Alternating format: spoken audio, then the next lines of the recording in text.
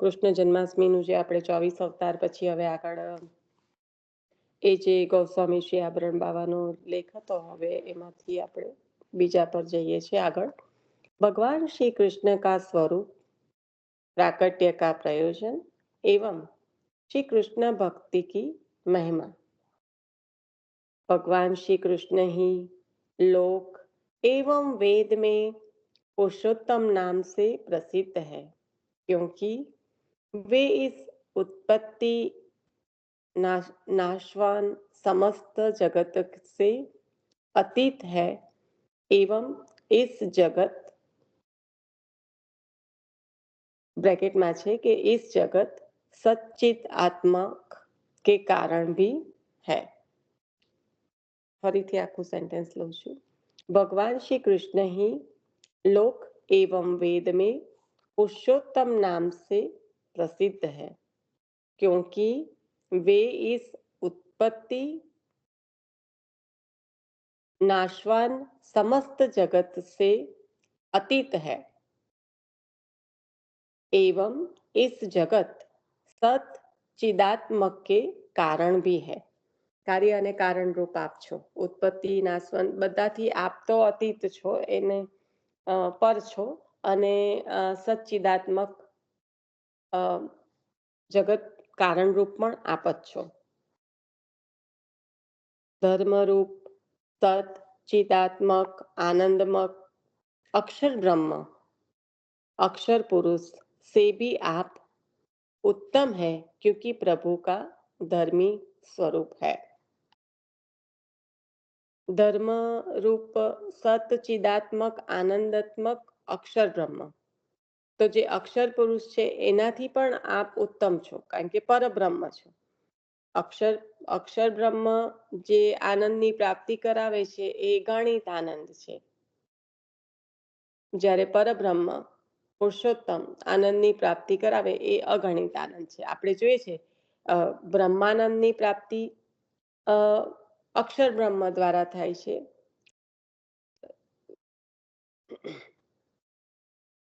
જ્યારે ભજનાનંદની પ્રાપ્તિ પૂર્ણ પુરુષોત્તમ દ્વારા થાય છે। એટલે ક્ષર અક્ષર જે આપણે બાબા પણ શરણમ બાબાએ પણ ખૂબ સુંદર રીતે લીધું છે। अक्षर ब्रह्म अक्षर पुरुष से भी आप उत्तम है, क्योंकि प्रभु का धर्मी स्वरूप है। भगवत गीता अध्याय 15। भगवान ही संपूर्ण जगत के मूल कारण है, उनसे भिन्न अन्य कोई भी परम कारण नहीं है। यह संपूर्ण जगत सूत्र के मणका के समान उनमें ही गुथा हुआ है। प्रभु में ज बधु छे गुथायेलू, एम सूत्रना मनका ना स्वरूपे। यहाँ परब्रह्म जब अपनी संपूर्ण शक्तियों के साथ जगत का उद्धार करने के लिए प्रकट होते हैं, तब उन्हें श्री कृष्ण कहा जाता है। जब जब धर्म की हानि और अधर्म की वृद्धि होती है, तब तब श्री कृष्ण प्रकट होते हैं। भक्तजनों का उद्धार करने के लिए, पाप का विनाश करने के लिए एवं धर्म की स्थापना के लिए आप प्रकट होते हैं। अतः भगवान श्री कृष्ण का जन्म और कर्म दिव्य एवं अलौकिक है। इस प्रकार जो व्यक्ति तत्व से प्रभु को जान लेता है, इस प्रकार जो व्यक्ति तत्व से प्रभु को जान लेता है, वह पुनर्जन्म को न प्राप्त होकर प्रभु को ही प्राप्त हो जाता है। श्रीमद् भागवत महापुराण के 10वें स्कंद में भगवान श्री कृष्ण की दिव्य जन्म लीला एवं अलौकिक चरित्र का वर्णन है कि कैसे आपने सभी प्रकार के भक्तों, तामस, रजस, सात्विक के चित्त को अपने में निरुद्ध किया है। श्री कृष्ण तो स्वयं परब्रह्म परमात्मा भगवान षटगुण ऐश्वर्य आदि वाले होते हुए भी जिस तरह का भक्त का स्वभाव है, वैसे ही उनके जैसे बनकर उनके बीच प्रकट होकर प्रभु ने उन्हें अपने आनंद का दान किया है, क्योंकि जीव अपना स्वभाव नहीं बदल सकते हैं। यहाँ श्री कृष्ण अवतार की अन्य भगवान के अवतारों से विलक्षणता है, क्योंकि श्री कृष्ण स्वयं अवतार ही है, अवतार नहीं। श्रीमद् भागवत दसम स्कंद। जो भी व्यक्ति भगवान श्री कृष्ण की शरण जाता है, वह प्रभु की दुस्तर त्रिगुणामयी माया का उल्लंघन करके सभी दुख पाप से छूटकर भगवान आनंद को प्राप्त भगवान आनंद को प्राप्त कर लेता है। भगवान आनंद એટલે ભજન આનંદ, तो स्वरूप आनंद भगवान तो स्वरूप आनंद को प्राप्त कर लेता है। जो भी व्यक्ति ભગવાન શ્રી કૃષ્ણ की ही शरण जाता है, અહીંયા દ્રઢ આશ્રયની જ વાત છે, શરણની જ વાત છે, દાસોહમ। तो भगवान श्री कृष्ण की ही शरण जाता है, त्रिगुणा वह प्रभु की दुस्तर त्रिगुणमयी माया का उल्लंघन गुणमयी करके सभी अर्थ तो सभी दुख पाप से छूटकर भजनानंद को प्राप्त कर लेता है। एक જ minute Hetal, I was finishing. હા બોલ, તું ત્રિગુણામયી પૂછે છે ને? हाँ हाँ ત્રણેય ગુણોથી યુક્ત જે માયા છે પ્રભુની, એ આ રાજસ તમસ અને સાત્વિક એટલે તો નિરુદ્ધ કર્યો ચિત્તનો પોતાનામાં।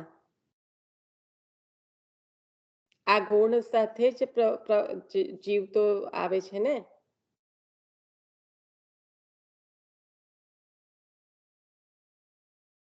હેલો, हाँ हाँ ખ્યાલ આવ્યો? ના એ વર્ડ શું આખો બોલને આમ ત્રિગુણમયી એટલે ત્રણ ગુણ સાથેથી, ત્રણ ગુણ વાળી મયી। ઓકે ખ્યાલ આવ્યો? હમ ત્રિગુણમયી માયા કા ઉલ્લંઘન એટલે ત્રણ ગુણ વાળી માયાનું જે ઉલ્લંઘન કરીને બધા દુઃખમાંથી છૂટીને ભગવાન ભજનાનંદને પ્રાપ્ત કરે છે, જે પ્રભુનું શરણ લે છે તે।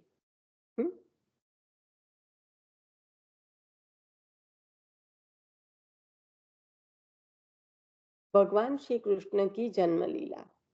श्रीमद् भागवत महापुराण के दसम स्कंद के जन्म प्रकरण के प्रथम 4 अध्याय में भगवान श्री कृष्ण की जन्म लीला का वर्णन हुआ है। दसम स्कंद के जन्म प्रकरण के पश्चात तामस तामस भक्त, राजस भक्त, सात्विक भक्त तथा निर्गुण भक्तों के साथ भगवान की निरोध लीला के वर्णन के लिए 4 प्रकरण है। तामस, राजस, सात्विक एवं निर्गुण प्रकरण।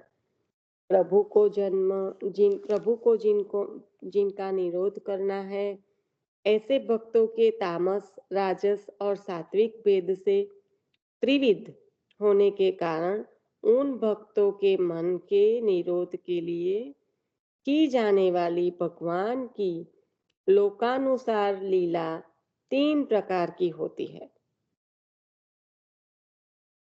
लोकानुसारिणी लीला એટલે लोक अनुसारिण लीला। श्री महाप्रभु जी श्री सुबोधिनी जी की कारिका में दसम स्कंद, पंचम स्कंद, कारिका 1 यह आज्ञा करते हैं कि स्वभाव का अन्यथा भाव किसी भी प्रकार नहीं हो सकता है, अर्थात जीव का स्वभाव बदल नहीं जा सकता है। अतः 3 प्रकार के जीव के लिए 3 प्रकार की लीला प्रभु करते हैं। तामस भक्त वे हैं जिन्हें शास्त्र में बताए गए हुए प्रभु के महात्म्य का सर्वथा अज्ञान है। राजस भक्त वे हैं, oh my God, प्लीज कोई बीजू म्यूट करी दो यार। तामस भक्त वे हैं जिन्हें प्रभु के महात्म्य ज्ञान का सर्वथा अज्ञान महात्म्य का सर्वथा अज्ञान है। राजस भक्त वे हैं जिन्हें प्रभु के महात्म्य ज्ञान का आंशिक रूप से अज्ञान है, किंतु सात्विक भक्त वे हैं जिन्हें प्रभु का यह महात्म्य ज्ञान अच्छी तरह से ज्ञात है। जो भक्त व्रज में तामस भाव वाले, मथुरा में राजस भाव वाले, द्वारिका में सात्विक भाव वाले हैं, उन भक्तों का निरोध प्रभु ने साधारण मनुष्य के जैसी लीला करते हुए उन्हीं की तरह बनकर करवाया। इससे व्रज लीला, मथुरा लीला, द्वारका लीला और वैकुंठ लीला के निरूपण द्वारा समझा जा सकता है। भगवान स्वयं के असाधारण सामर्थ्य को अखंडित रखते हुए साधारण मनुष्य की तरह अपनी चेष्टाएं प्रकट करते हैं कि जिससे भक्तों का चित्त प्रभु में निरुद्ध हो जाता है। આજે જે શિક્ષાપત્રમાં લીધું ને એના અંતર્ગત ઘણું ઘણું આની સાથે છે, કારણ કે આજનો શ્લોક પ્રભુએ યથા અધિકાર અને યથાભાવ દાન કર્યું છે રસનું, એના સંદર્ભમાં જ છે. એટલે અહીંયા આગળ પોતાના અસાધારણ સામર્થ્યને અખંડિત રાખીને, ખંડિત દીધા વગર પ્રભુ સાધારણ મનુષ્યની જેમ પોતાની ચેષ્ટાઓ પ્રકટ કરીને જે ભક્તનો જે રીતનો ભક્ત છે એ રીતના એનો ચિત્તનો નિરોધ પ્રભુએ પ્રભુમાં કર્યો છે. પેલું વાક્ય ફરી લેને. દ્વારિકામાં સાત્વિક ભક્ત અને એની આગળ જે આવ્યું ને 3 કીધું, વ્રજ, મથુરા અને દ્વારકા. હા, એટલે ત્રણેયનું જરી ફરી લે. મથુરામાં રાજ કર્યું, રાજસ. દ્વારિકામાં સત્વિક અને વ્રજમાં તામસ. એટલે ફરી લઉં. મને સુભાષિનીજીની કારિકાથી ફરી લઉં કે ખાલી એ વાક્ય ફરી લઉં? ના, એટલું વાક્ય ફરી લઈ લે ને. जो भक्त व्रज में तामस भाव वाले, मथुरा में राजस भाव वाले, द्वारिका में सात्विक भाव वाले हैं, उन भक्तों का निरोध प्रभु ने साधारण मनुष्य के जैसी लीला करते हुए उन्हीं की तरह बनकर करवाया. लोकानुसारेण लीला નિરોષિત કરવા માટે.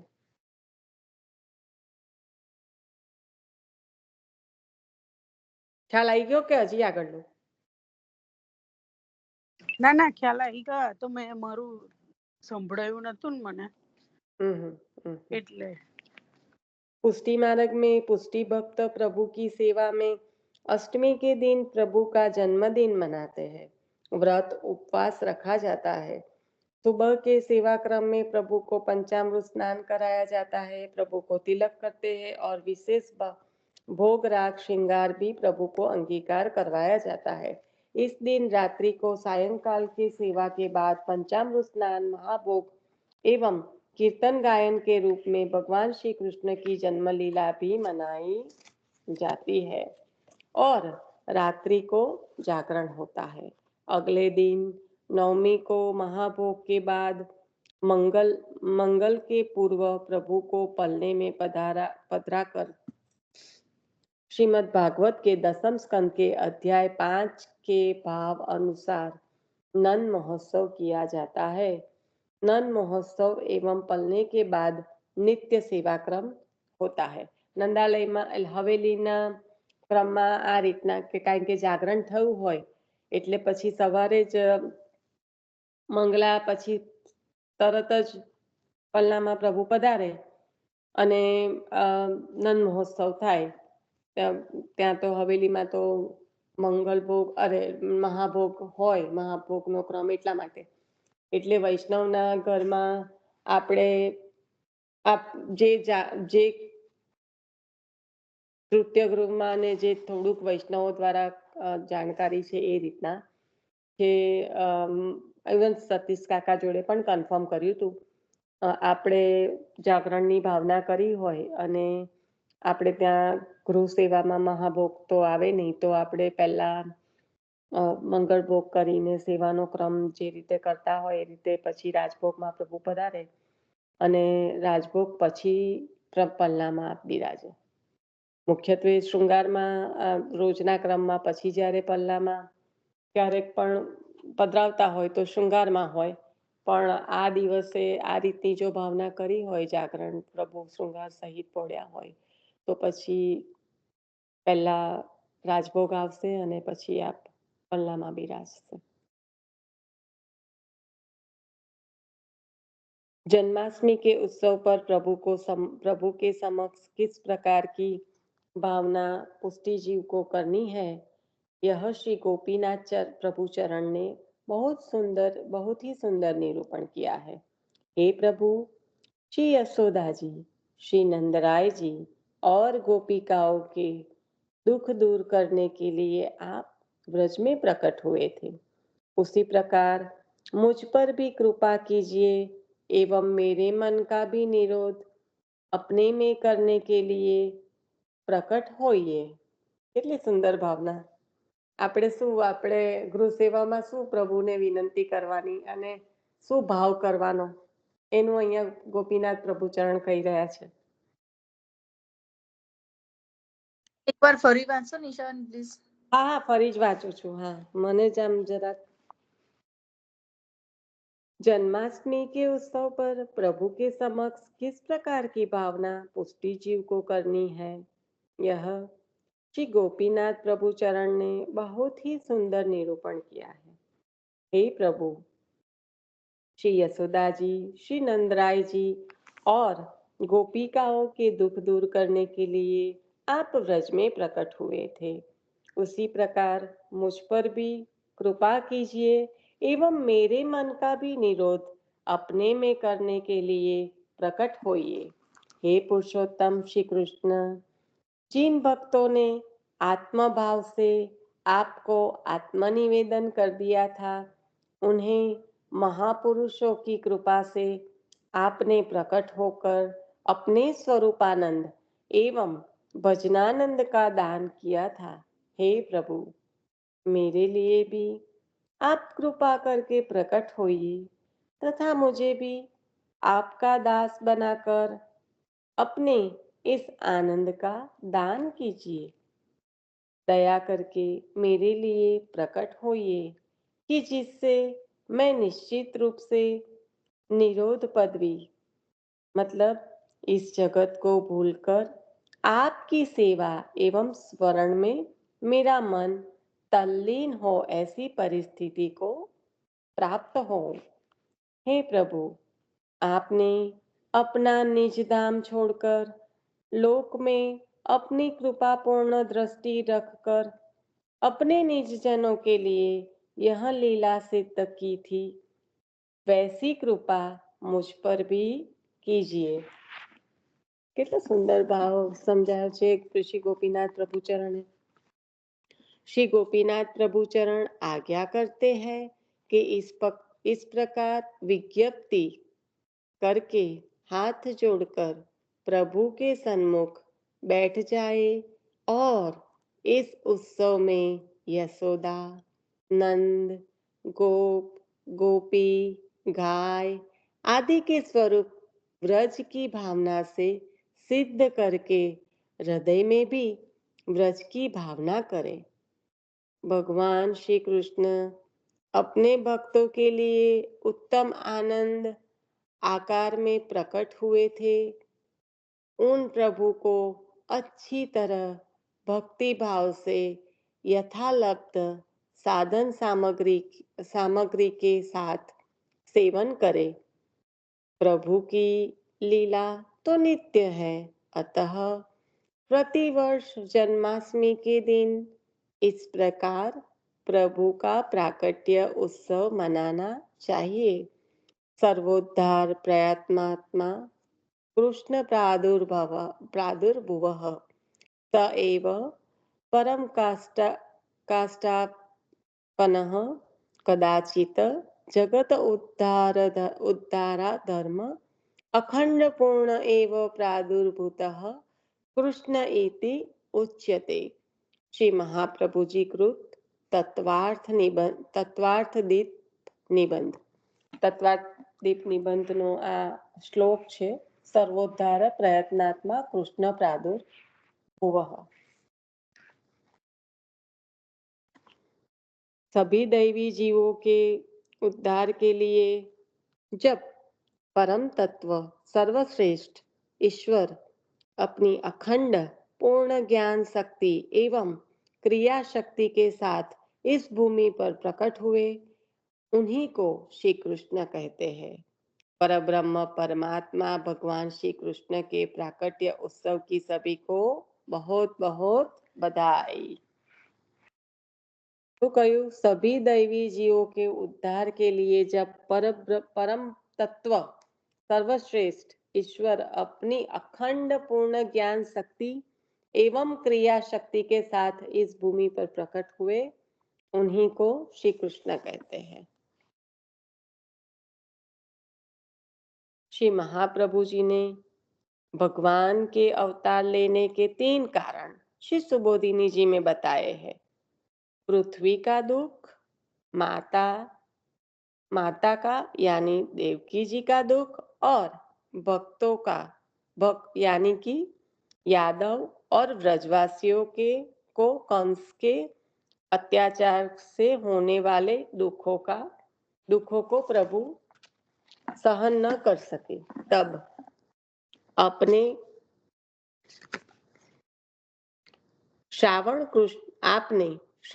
कृष्ण 8th के दिन रोहिणी नक्षत्र में मध्य रात्रि को देवकी जी से अवतार धारण किया।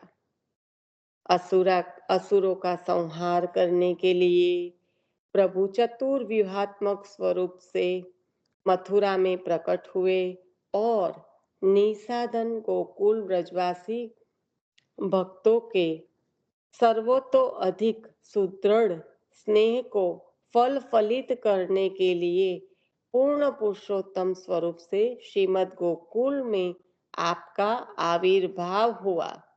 जब श्री वसुदेव जी मथुरा जी से प्रभु के व्यूहात्मक स्वरूप को पधराने के लिए श्रीमद गोकुल पधारे, तब यह व्यूहात्मक स्वरूप पूर्ण पुरुषोत्तम के स्वरूप में समावेश होता है। जहां तक प्रभु श्रीमद गोकुल ब्रज में विराजे, तहां तक पूर्ण पुरुषोत्तम के स्वरूप से ब्रज भक्तों की चित्त वृत्ति का निरोध करने वाले प्रेममयी लीला एवं की असुरों का नाश करने के लिए व्यूहात्मक स्वरूप एक જ મિનિટ અહીંયા ફૂલ સ્ટોપ હતું, પણ it doesn't really make હું ફરીથી વાંચું છું। जहां तक प्रभु श्रीमद गोकुल मतलब कि व्रज में विराजे, वहां तक पूर्ण पुरुषोत्तम के स्वरूप से ब्रज भक्तों की चित्त वृत्ति का निरोध करने वाले प्रेममयी प्रेममयी लीलाए की असुरों को नाश करने के लिए व्यूहात्मक स्वरूप प्रकट होता है और लीला पूर्ण होने के बाद फिर से पूर्ण पुरुषोत्तम के स्वरूप में समाविष्ट हो जाता है। आज भी पूर्ण पुरुषोत्तम स्वरूप से प्रभु नित्य व्रज में विराजते हैं और व्रज को छोड़कर कहीं नहीं पधारे। अक्रूर जी जिस स्वरूप को मथुरा पधरा गए, वह व्यूहात्मक स्वरूप को ही पधरा गए। ऐसे पूर्ण पुरुषोत्तम प्रभु के मथुरा में प्राकट्य का उत्सव जन्म दिवस के रूप में अष्टमी के दिन मनाया जाता है। प्रातः समय और मध्य रात्रि को जन्म के समय पंचामृत स्नान होता है, श्रृंगार तिलक दर्शन होते हैं और मध्य रात्रि को श्रृंगार में तिलक दर्शन होते हैं और मध्य रात्रि को पंचामृत स्नान के बाद महाभोग लगाया जाता है। આ જે આપણે સતીશ કાકાએ જન્માષ્ટમીના દિવસે લીધેલું જે સ્વરૂપ વ્યૂહાત્મક પ્રકટ થયું, દેવકી વસુદેવજીએ સ્તુતિ કરી અને આપને બાલ સ્વરૂપે પધારવાની વિનંતી કરી અને પછી જે સ્વરૂપ વસુદેવજી પધરાવીને ગયા, સતીશ કાકાએ જ્યારે જન્માષ્ટમીમાં વર્ણન કર્યું હતું ત્યારે પછી મેં એમને એક કીર્તન લખીને ફોટો પાડીને મોકલ્યું હતું કે આ કીર્તનમાં આ રીતનો ભાવ છે. તો પછી કાકાએ મને ત્યારે જવાબ આપ્યો હતો કે આપણે આની ચર્ચા ફોન પર કરીશું. એટલે એકવાર મારી કારણ કે લાંબી વાત થશે બે નાના માટે, એટલે આપણે ફોન પર કરવી પડશે. તો જ્યારે પણ પછી મારે વાત થશે ત્યારે હું આપણા સત્સંગમાં પાછું જરૂરથી લઈશ, કારણ કે આ બહુ ઊંડાણથી સમજવાની આને વાત છે. જે અહીંયા કીધું કે વ્યૂહાત્મક સ્વરૂપ છે એ જ્યારે લઈને પધરાવા નીકળ્યા અને જ્યારે ગોકુળ પધાર્યા ત્યારે આ જ વ્યૂહાત્મક જે સ્વરૂપ છે એ પૂર્ણ પુરુષોત્તમના સ્વરૂપમાં સમાવિષ્ટ થઈ ગયું. કારણ કે ત્યાં ચારેય સ્વામિનીજીઓ દ્વારા ત્યાં જમનાજીમાં એ સ્વરૂપ પુષ્ટ થયું છે અને એ વ્યૂહાત્મક સ્વરૂપ આમાં સમાવિષ્ટ થઈ ગયું છે પૂર્ણ પુરુષોત્તમના સ્વરૂપમાં, જેમને વ્રજમાં લીલા કરવાના અર્થે પ્રકટ થયું છે જે સ્વરૂપ. કારણ કે વ્રજભક્તોની ચિત્તની વૃત્તિઓનો નિરોધ કરવા અને પ્રેમમયી જે લીલાઓ એમની સાથે કરવાની છે એના માટે જ આપે આ સ્વરૂપ ધારણ કર્યું છે. અને પછી પણ જ્યારે અક્રૂરજી પધરાવી ગયા ત્યારે પણ એવી જ રીતનું છે કે જે વ્યૂહાત્મક સ્વરૂપ છે આપની સાથે મથુરા પધાર્યું અને જે લીલા અર્થે પધારેલું પૂર્ણ પુરુષોત્તમનું જે સ્વરૂપ છે એ ત્યાં વ્રજમાં બિરાજે છે નિત્ય. હરિરાયજી કૃત આપણો સમય થયો. હવે અલગ બીજો એક ટોપિક આવે છે, શ્રી હરિરાયજી કૃત પ્રભુ પ્રાકટ્ય વિચાર. હવે એને એક સાથે જ લઈશું તો જ એને વધારે સારી રીતે આપણે એ કરી શકીશું. કારણ કે એ છે ને આખું પછી બ્રેક નથી થતું, એ ચાલુ જ રહે છે. લગભગ વધારે 4-5 પાન જેટલું એ જ છે.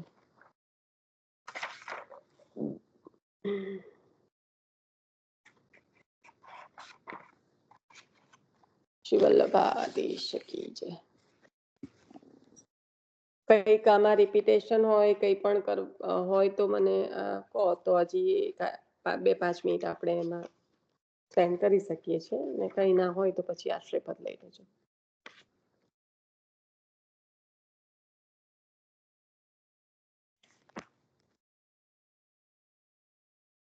જાગો. એટલે વ્યૂહાત્મક સ્વરૂપ જે પ્રગટ થયું ને મથુરામાં, બરાબર? તો એ જ વખતે ગોકુળમાં પણ એક સ્વરૂપ પ્રગટ થયું હતું ને નિશાબેન? એના સંદર્ભમાં જ મેં સતીશ કાકાએ એવું કીધું. તમે સતીશ કાકાનો સત્સંગમાંથી કહેતા હોય તો સતીશ કાકાએ પણ આ જ લીધું હતું. તમે એ જ કહો છો? મને તો એમનું યાદ નતું, પણ હા એક આઈ થિંક એમને કીધું હતું. અને પણ નિશા, હાઉ યુ સે વ્યવહારિક સ્વરૂપ એટલે વ્યવહારિક કહેવાય? બરાબર બોલું છું? વ્યૂહાત્મક, વ્યૂહ 4 વ્યૂહ સાથે. વ્યૂહાત્મક. વ્યૂહાત્મક 4 વ્યૂહ ખરા ને, શંખ પદ્મ ચક્ર ગદા. હા, એની વાત. એ સ્વરૂપ ત્યાં પધરાયું, રાઈટ? એમને દ્વારકા મથુરામાં. અક્રૂરજી જ્યારે પધાર્યા ત્યારે. ના, એ તો જન્મ થયો, રાઈટ? હા, એ જન્મ થયો પછી જમુના. પછી એટલે કહેવાનો મતલબ એ છે કે જ્યારે અક્રૂરજી પધરાઈ ગયા ને ત્યારે પણ પૂર્ણ પુરુષોત્તમ સ્વરૂપ જે લીલા અર્થે પધાર્યું છે એ તો વ્રજમાં જ બિરાજે છે નિત્ય, અને આપનું વ્યૂહાત્મક સ્વરૂપ આપની સાથે મથુરા કર્યું એવી રીતે. અને એ વખત ઠાકોરજી જમનાજીમાં સ્નાન કરે જ છે ને નિશા? હા, ત્યારે પણ સ્નાન કરે છે, રાઈટ? અને ત્યારે પણ એ જ લીલા દેખાડે છે કે રથમાં પણ હું બિરાજેલો છું, હા, જળમાં પણ હું છું. એ લીલા એ જ બતાવે છે. અક્રૂરજીના દર્શન થાય છે. દર્શન. હા, પણ હું શું કહેવા માંગુ છું, જ્યારે મથુરામાં વ્યૂહાત્મક સ્વરૂપ ત્યાં રહી ગયું કે પછી ઠેર વ્રજમાં પણ આવ્યું, એમ મારું પૂછવું. એ વ્રજમાં પધાર્યું, પણ એ વ્યૂહાત્મક સ્વરૂપ આ પુરુષોત્તમ જે સ્વરૂપ છે, જે લીલા અર્થે વ્રજમાં વ્રજ ભક્તોના નિરોધાર્થે પધારી રહ્યું છે, એમાં એ સ્વરૂપ સમાવિષ્ટ થઈ ગયું. ઓકે, સમજી ગઈ. હા, એટલે હું એ જ કહું છું કે જે નંદરાયજીના ત્યાં જે પ્રગટ થયું સ્વરૂપ એની અંદર સમાવિષ્ટ થઈ ગયું, એવું થયું ને એમાં. ના, એ છે ને એ એટલા માટે જ મેં સતીશ કાકાને આ કીર્તનનો ફોટો પાડીને મોકલ્યો હતો, કારણ કે જ્યારે આ તો અષ્ટછાપ સખાઓના કીર્તનમાં જ છે કે આ સ્વરૂપ જઈ રહ્યું છે ગોકુલમાં, શ્રીમદ ગોકુલમાં. તમે જુઓ ને તો હવે મારો કયું કીર્તન? ઉભા રહો, એ જ ખોલું છું. સતીશ કાકાનો ને મારો ચેટ ખોલવો પડશે મારે એમાં. હા, આમાં જ્યારે તમે કીધું ને બીરવાબેન કે આ સ્વરૂપ એટલે ત્યાં એ સ્વરૂપ પ્રકટ થયું છે, રાઈટ? હા, તો પછી જ્યારે સતીશ કાકા સત્સંગ લઈ રહ્યા હતા ત્યારે મેં એ જ ટાઈમે એમને ફોટો પાડીને કીર્તન મોકલ્યું. એટલે પછી એમને મને ફોન પર કહ્યું કે બેન બહુ સુંદર મને આની પર કરવો છે સત્સંગ, આપણે ફોન પર જ્યારે પણ સમય હોય ત્યારે કરીશું. એટલે મેં કીર્તન આ મોકલ્યું હતું કે બધાને ખ્યાલ હશે મોટા ભાગે, આઠે ભાદો કી અંધિયારી. તો આ જે આઠે ભાદો કી અંધિયારી જે કીર્તન છે ને, એમાં બહુ સુંદર વર્ણન છે કે વસુદેવજી જ્યારે લઈને જતા હોય છે સ્વરૂપને, પ્રભુને, ત્યારે પેલા જે શેષ સહસ્ત્ર ફણી બુંદ નિવારત આખું જે છત્ર બનાવી દે છે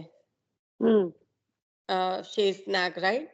અને વસુદેવ, અને પછી એમાં વર્ણન એવું છે કે વસુદેવ અંક મધ્ય જગ જીવન કહા કરેગો પાન્યો જમના થાહ ભઈ તિહી ઓસર. પછી ઓસરી ગયા છે.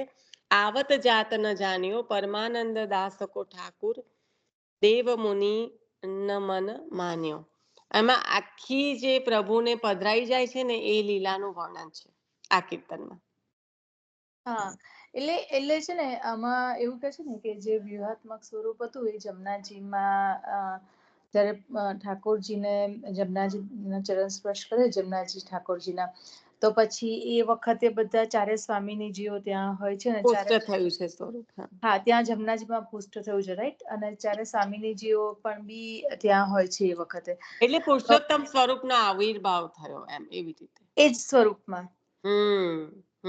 એટલે વ્યૂહાત્મક એ સ્વરૂપમાં નહીં, એટલે વ્યૂહાત્મક પૂર્ણ પુરુષોત્તમ પરબ્રહ્મ તો કૃષ્ણ હોય એ સ્વરૂપ છે, એમાં વ્યૂહાત્મક સ્વરૂપ સમાઈ ગયું, એનો સમાવેશ થઈ ગયો. કારણ કે હમણાં પણ વાંચનમાં આપણે લીધું ને કે असुरों का नाश करने के लिए व्यूहात्मक स्वरूप प्रकट होता है और लीला पूर्ण होने के बाद फिर से पूर्ण पुरुषोत्तम के स्वरूप में समाविष्ट हो जाता है.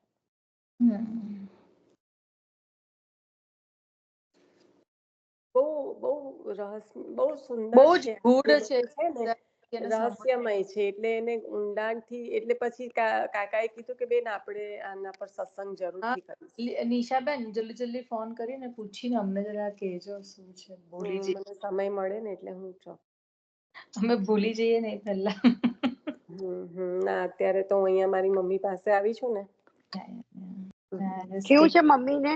મમ્મી જોઈન થયા છે? સરસ છે. હા, ના, બસ અમે અહીંયા એક જ રૂમમાં સાથે બેસીને વાંચન કરું છું. એમને ખાસ અમારા જય શ્રી કૃષ્ણ કહેજો. ના, બોલજો ભાઈ, હમણાં બોલશે, બધાને જય શ્રી કૃષ્ણ કરશે. જય શ્રી કૃષ્ણ. ઉષાબેન ની ખબર પડી? ઉષા માસી ની તારી? હા, એ મારે પછી હું વાત કરીશ એમને. હા, મેં નથી કરી, મારે આજે જરાક આપણે છે ને રેકોર્ડિંગ બંધ કરી દઉં અને કર. ચાલો, જય શ્રી કૃષ્ણ. હેલો, સંભળાય? હા, બોલો, સંભળાય છે. આજે તમે પ્રશ્ન કર્યો એમાં એવું પણ છે ને કે દેવકીજીની જે દિવ્ય બુદ્ધિથી આપણે જે દેવકીજીને અને વસુદેવજીને જે દર્શન આપ્યા અને જે દિવ્ય બુદ્ધિથી આપણે સ્તુતિ કરી પછી ભગવાન બધું સમાવી લે છે. એટલે જે પ્રભુ પ્રગટ્યા છે એ બધા ગુણ અને દિવ્યતાથી પ્રભુ ત્યાં પ્રગટ્યા અને પછી એ સમાવી લે બધું પોતાનું. દેવકીજીની સ્તુતિ કર્યા પછી બધું પોતાના જે ભુજા બધી છે એ સમાવી લે છે અને બાળ સ્વરૂપે થઈ જાય. પછી યશોદાજીને ત્યાં પ્રગટ થાય અને આ બંને જે એક સાથે યશોદાજીને ત્યાં પણ એક સ્વરૂપ બાળ સ્વરૂપે પ્રગટ થયા છે, પણ યશોદાજીની કુખમાંથી જન્મ નથી લીધો, કારણ કે દેવકીજીને પીડા લેવી હતી અને યશોદાજીને બાલનો આનંદ લેવો હતો જયારે તપ કર્યું ત્યારે, રાઈટ? એટલે પછી ના, તપ કર્યું ત્યારે, એક મિનિટ, વરદાન માંગ્યું ત્યારે આખું એવું પીડા લેવી હતી ને નતું લેવું એના સંદર્ભમાં નતું. વરદાન જે માંગ્યું છે એ વરદાન ને તમે સમજો તો વરદાન શું માંગ્યું છે યાદ કરો બંને.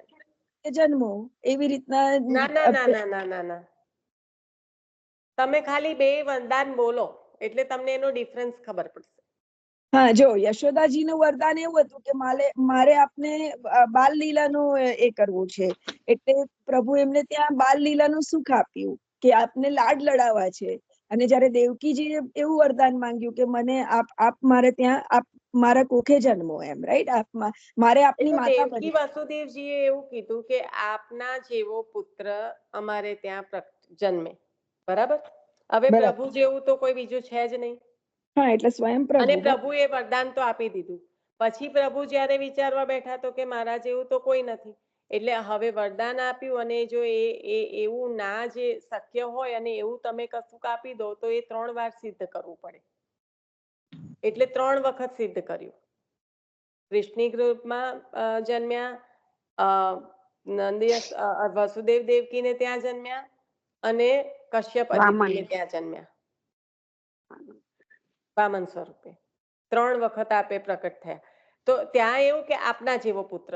જ્યારે અહીંયા નંદ બાવાને યશોદાજીનું જે માંગવું છે એમાં ડિફરન્સ એ છે કે જેમ પ્રભુને પોતાના પુત્રને જેમ માતા પિતા લાડ લડાવે એમ અમે પ્રભુને લાડ લડાવીએ,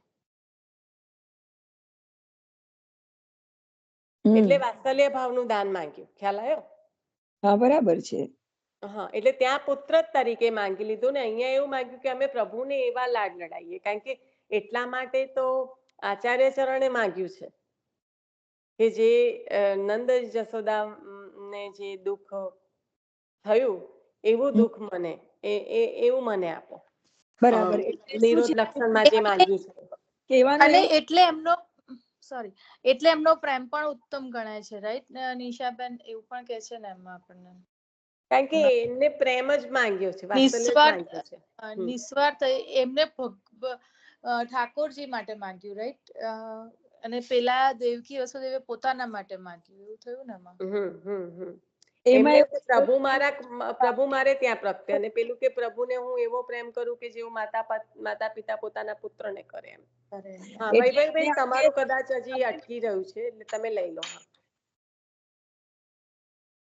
હવે જો આનો તફાવત એવી રીતના છે કે બાહ્ય મનથી પ્રભુ મથુરામાં બિરાજ્યા, જે બહારનું છે બાહ્ય મનથી પ્રભુ મથુરામાં બિરાજ્યા, પણ અંતરમનથી પ્રભુ ગોકુળમાં આવ્યા. એટલે જે તમે પ્રશ્ન પૂછ્યો તો કે બે સ્વરૂપ એક સાથે હતું, પણ એક છે બાહ્ય મનનું સ્વરૂપ જે મથુરામાં બિરાજ્યા અને બીજું છે અંતર્મનનું સ્વરૂપ જે હતું એ ગોકુળમાં બિરાજ્યા. મારો પ્રશ્ન આ નતો બેન. મારો પ્રશ્ન એ હતો કે એક જ ટાઈમે એક ત્યાં પધાર્યા, પણ જે લીલા થઈ છે એ તો એ જે લીલા થઈ છે કે મથુરાથી વસુદેવજી પધરાઈને ગોકુળમાં લઈ ગયા છે. તમે તો સતીશ કાકાને પ્રશ્ન પૂછ્યો, ત્યાં તો હું વચ્ચે બોલી જ ન શકું. અમને પ્રશ્ન પૂછ્યો હતો કે બે સ્વરૂપ અલગ અલગ પ્રગટ, એટલે બે સ્વરૂપ એક જ સાથે લીલામાં પ્રગટ્યા, તો ખાલી હું એ સ્વરૂપની ભાવના કહું છું. તમે તો જે પ્રશ્ન પૂછ્યો નિશાબેન એ તમે સતીશ કાકાને પૂછ્યો, ત્યાં તો હું વચ્ચે બોલી જ ના શકું. પણ જે આમને પ્રશ્ન પૂછ્યો હતો ને, હું નામ ભૂલી ગઈ એ બેનનું, પણ એમને બે સ્વરૂપ પૂછ્યા હતા. હા, બીરવાબેન. હા, તો એ સ્વરૂપનું ખાલી ડેફિનેશન આપવાની હતી કે જે બે મનથી બે સ્વરૂપ જે બિરાજ્યા એક સાથે, એક સ્વરૂપ છે જે બાહ્ય મન એ મથુરામાં બિરાજ્યું, બીજું સ્વરૂપ છે જે અંતર્મન એ ગોકુળમાં બિરાજ્યું. અને એ આ જન્મ જે દેવકીજી અને જે યશોદાજીના ભાવાત્મક સ્વરૂપ છે એ રીતના પ્રભુએ ત્યાં લીલા કરી અને એ રીતના પ્રભુ ત્યાં બિરાજ્યા. એટલે જીવને વશ થઈને પ્રભુ ત્યાં બિરાજ્યા અને પ્રભુ જે અંતર્મનને રમણ કરે છે, બંનેના અંતર્મનમાં પ્રભુએ આનંદની રમણ કરી. બંનેના એટલે પ્રકાશ કર્યો, બંનેના અંતર્મનમાં પ્રકાશ કર્યો. એટલે આપના જ પ્રશ્નનો જવાબ એ જે સ્ફુર્યું, જે કાવ્ય રચના પ્રમાણે સ્ફુર્યું, એ મેં લીધું અહીંયા. ખૂબ સુંદર છે ને. આપણે કૃષ્ણ લીલાનું રહસ્યનું એક કાવ્ય પણ છે, જે આપણી પાસે લગભગ 100 પેજીસમાં બંને બાજુ બંને આવી જાય છે. આ એક કાવ્યમાં સંપૂર્ણ ખાલી 12, 13 અને 14મો અધ્યાય બાદ કરીએ ને તો એ સંપૂર્ણ કાવ્યમાં આખું દશમ સ્કંદ આવી ગયું, ઉત્તરાર્ધ અને પૂર્વાર્ધ, અને સાથે 11મા સ્કંદ સુધી, જેમાં પ્રભુની આખી લીલા છે. એ 100 પેજીસનું એક બહુ સુંદર કાવ્ય રચના છે.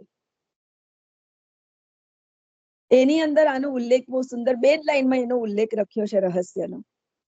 હા, એ તમારી પાસે વૈભવીબેન કદાચ તમારી પાસે હોય તો પ્લીઝ શેર કરશો. એ બેન એ બહુ જ શું કહેવાય, આપણે જૂની પુસ્તક જે છે ને, એટલે 100 બહુ નાની છે, એકદમ નાની પોકેટ સાઇઝની પુસ્તક જે ના હોય, એકદમ નાની. અત્યારે પેલો નવો ફોન નીકળ્યો છે એ સાઇઝની પુસ્તક છે. એટલે ફોટો કેમ નો પાડું? કઈ વાંધો નહીં. હા, પણ ક્યારેક વાંચવાનો જો પ્રયત્ન કરીશું, ક્યારેક જો વંચાશે ને તો એ 100 પેજીસ બહુ જ નાના છે, એટલે ફટાફટ વંચાઈ જાય. પણ એમાં એવી રીતના લખ્યું છે કે પહેલો અધ્યાય, બીજો અધ્યાય, ત્રીજો અધ્યાય, એટલે આપણે ખબર પડી જાય કે જન્મ પ્રકરણના 4 અધ્યાય. એટલે બધું એકદમ આમ 5-5, 6-6 લાઈનની કડીઓમાં ગાયેલું છે. અનુષ્ટુપ છંદમાં લખ્યું છે આખું, ગુજરાતીમાં. બરાબર. સરસ. કોઈક વાર લેજો તમે. હા, કોઈક વાર લઈશ. 2 પાના પણ લઈએ ને તો આખી પ્રભુની લીલા આવી જાય. પણ વૈભવીબેન, આમે જે જૂનું થઈ ગયું હોય તેને ફરી ઉતાર લેવાનું સારા અક્ષરે આપણી નોટમાં, એટલે કાયમ માટે રહે. અને એવું કરીને ફોટા પાડીને મોકલી દેવાનું. પ્રયત્ન કરીશ હું ફોટા પાડવાનો. ખરેખર અમુક પુસ્તકોને ફોટા પડાય એવું છે જ નહીં, જીર્ણ દાની પુસ્તક છે. ના, પણ વંચાય એટલું તો છે ને, તો ઉતારો બીજામાં. નેક્સ્ટ જનરેશન ને કેવી રીતે પાસ કરશો પછી? વંચાય એનો એટલું. ઉપર મોકલજો, જો પીડીએફ હોય તો ફાઇન્ડ આઉટ કરાય. હા, હું મોકલા. ગોકુલમાં પ્રભુ પધાર્યા તે તો શ્રુતિઓને અને ઋષિ મુનિઓને વચન આપ્યું હતું તે પાડવા પધાર્યા. તે આયુધનું શું કામ છે? પ્રેમ લક્ષણા ભક્તિ માટે પધાર્યા પ્રભુ. ના, યુદ્ધ નું કામ છે. જ્યારે બધા વધ કર્યા ત્યારે એ યુદ્ધ સ્વરૂપે કર્યા.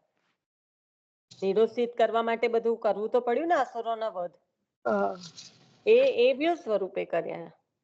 પણ એમાં સમાવિષ્ટ થઈ ગયું. પછી આટલું બહુ સુંદર રીતે એક શબ્દમાં કહી દીધું અહીંયા આગળ, કે જ્યારે જરૂર પડી. આ પેલું એના જેવું છે, શું કહેવાય, આઉટર સર્કલ ને ઇનર સર્કલ જેવું છે. તો જ્યારે જરૂર પડી ત્યારે ઇનર સર્કલ એમાં જ પાછું સમાવિષ્ટ થઈ ગયું એમ, એનું કાર્ય કરીને.